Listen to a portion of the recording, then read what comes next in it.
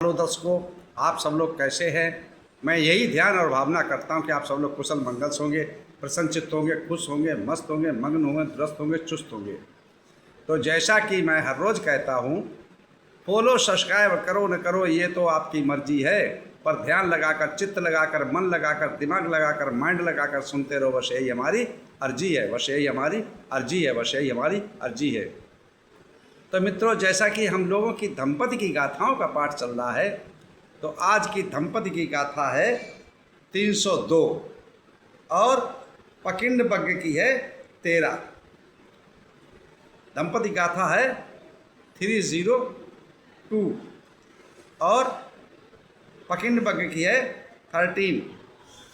दंपति की गाथा है 302 और पकिंड बग्ग की है 13। तो इस गाथा को तथागत सम्यक संबुद्ध ने किस समय पर, किस उद्देश्य पर, किस कारण, किसको लक्ष्य बनाकर, किस जगह पर, किस स्थान पर उपदेशित किया। चलते हैं उस कथा की तरफ, उस व्यथा की तरफ, उस कारण की तरफ, उस उद्देश्य की तरफ, उस जगह की तरफ, उस स्थान की तरफ। एवं मे सुतंग एकं समयं भगवा विहरति वैशालीये महावने विहारे। ऐसा मैंने सुना, एक समय तथागत सम्यक संबुद्ध वैशाली के महावन में विहर रहे थे। उस समय की घटना है, उस समय का वाक्य है। तो वहाँ पे एक बज्जी पुत्र जो था, बज्जी पुत्र वो भिक्षु था, उसका नाम था बज्जी पुत्र। और वो है अरण्य में एकांत में जाकर के ध्यान भावना करता रहा। वर्षावास समाप्त हुआ तो नगर में प्रवेश करता है वैशाली में। और वैशाली में उस दिन जो है त्यौहार के रूप में कार्तिक की पूर्णिमा थी, तो बड़ा हर्षोल्लास के साथ मनाया जा रहा था। गाने बजाने के साथ में लोग खुशियाँ मना रहे थे, गाना बजाना हो रहा था, रंगारंग कार्यक्रम चल रहे थे। जब वो वहाँ पे पहुँचता है तो देखता है, अब उसके मन के अंदर जो है चंचलता उत्पन्न हो जाती है। अरे कि कहाँ मैं इस भिक्षु जीवन में पड़ा हूँ। खाने का भी नियम, पहनने का भी नियम, चलने का नियम, बैठने का नियम, उठने का नियम, बोलने का नियम। अरे कहाँ तक इनके बंधन में बंधाऊँ। ना हंस सकते, ना बोल सकते, ना नाच सकते, ना कूद सकते, ना गाना सुन सकते, ना गाना बजा सकते, ना गा सकते, ना शरीर को सजा सकते। सबसे बड़ा सुख तो ये संसार जीवन में है। सारी खुशियाँ मिलती है, जो मर्जी करो।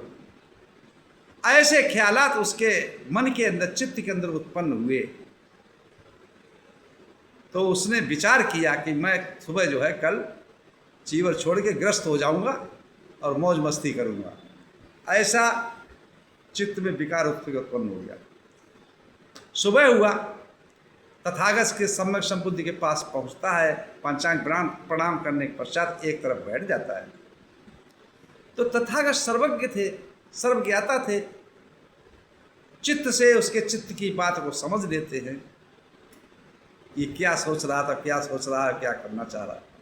उसी समय तथागत सम्यक संबुद्ध कहते हैं, उसको समझाते हैं।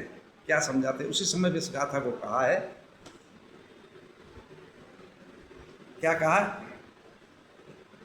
दुप्पबज्जं दुरभिरवं दुरावासा घरा दुःखा दुःखो समान संवासो दुःखानुपतितगगो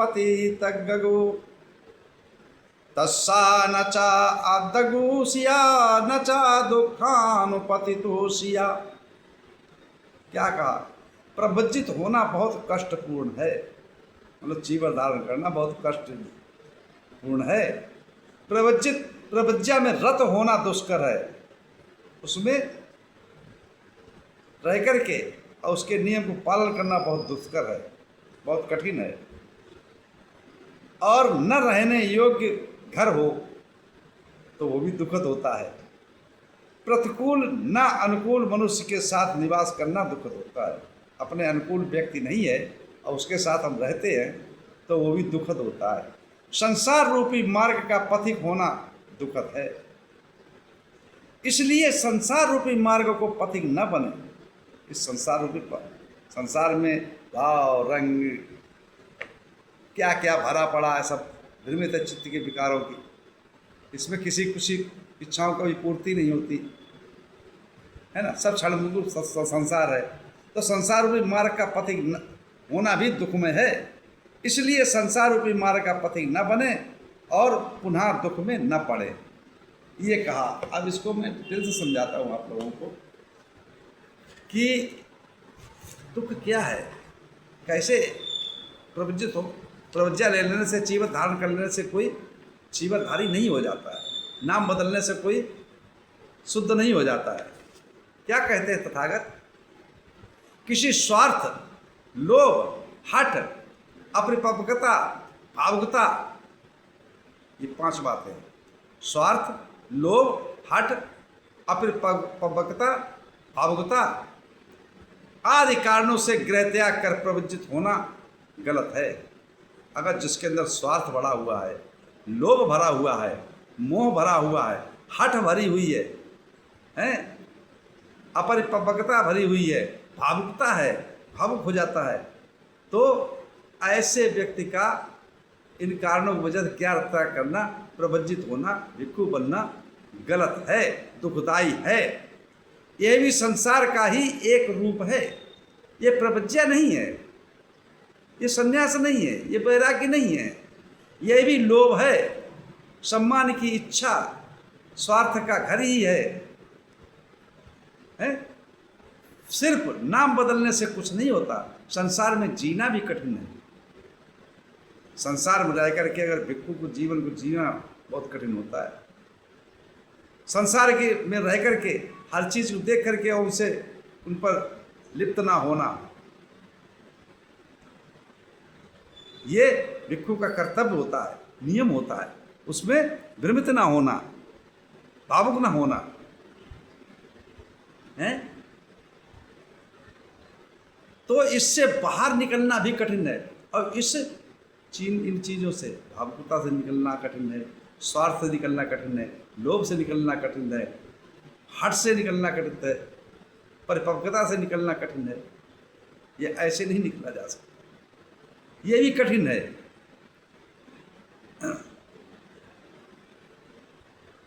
क्योंकि इस मार्ग में गिरोगे तो, जिस मार्ग में तुम सोच रहे हो, विचार कर रहे हो, उस मार्ग में गिरोगे तो अपना लक्ष्य प्राप्त नहीं कर सकोगे। इस मार्ग के राहगीर मात्र बनो, अपने को जागृत करो। इसमें राहगीर, कभी राह को अपने साथ नहीं, रास्ते को, सड़क को अपने सर पे उठा के नहीं घूमता, उससे निकलता है, चला जाता है, लेकिन उसको ध्यान में नहीं रखता है, उसको सर पे उठा के नहीं रखता है। जागृत बनो, जागरूकता, स्मृतिवान, हमेशा ध्यान रहे संसार में चलते फिरते, उठते बैठते, सोते जागते। क्या कि सांसारिक जो है जीवन नहीं है भिक्षु का, उसमें रहना तो है, लेकिन सुख की प्राप्ति तभी हो जो उससे हम मोह छोड़ देंगे, स्वार्थ छोड़ देंगे, भावुकता छोड़ देंगे, हठता छोड़ देंगे। अपना प्रकाश बनो, दुख में मत गिरो, दुख से मुक्त हो जाओ। इसलिए आज तक जो हुआ सो हुआ, अब इस मार्ग पर न चलो। अभी तक तो तुम जो करते रहे, जो मन में सोचते रहे, जो विचारते रहे, अब भिक्षु जीवन है। अब जो है भिक्षु जीवन को जियो, संन्यास का जीवन जियो, वैराग का जीवन जियो। जो हमने कल्याण का मार्ग दिया है उस पर चलो। विचरण तो तुम्हें करना है, संसार में चलना है, रहना है, लेकिन इन पर भ्रमित नहीं होना, इनमें भावुक नहीं होना, इनमें लोभ नहीं करना, इनमें स्वार्थ नहीं करना। तब तुम सुख को प्राप्त कर सकते हो। ये 5 दुख बताए हैं भगवान बुद्ध ने। कौन सा? स्वार्थ, लोभ, हठ, अपरिपक्वता और भावुकता। तो भिक्षु को ये स्मृति रहना चाहिए, जागरूकता रखनी चाहिए। सोते उठते, चलते फिरते, बोलते चालते, खाते पीते हैं, तब वो अपने संन्यास मार्ग को पूरा कर सकता है, सुख को प्राप्त कर सकता है, मोक्ष को प्राप्त कर सकता है, मुक्ति को प्राप्त कर सकता है एवं निर्वाण मार्ग को गामी हो सकता है। इसी के साथ मैं अपनी वाणी विराम देता हूँ। आप सब लोग मंगल हो। कल्याण हो, सुखी जीवन हो, निरोगी काया हो, दुख दूर हो जाए, सुख से वास करो, हमेशा प्रसन्नचित्त रहो। आप सब लोगों को मंगल हो, मंगल हो, मंगल हो।